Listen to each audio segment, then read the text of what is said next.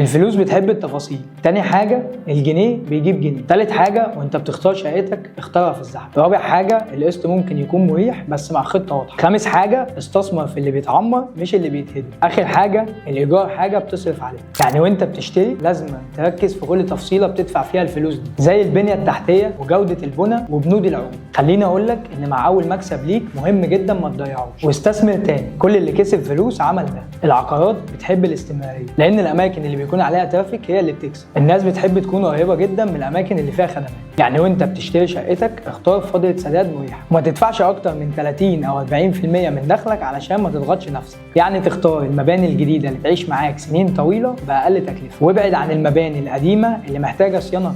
ما تسيبش العقار فاضي حتى لو الايجار قليل. ده مش دخل ثابت بس، دي طريقه تخلي العقار بتاعك يحافظ عليك. معاكم محمد ربيع ليدر سيلز. كلمنا على ارقام SFR واحنا نختار لك افضل عقار.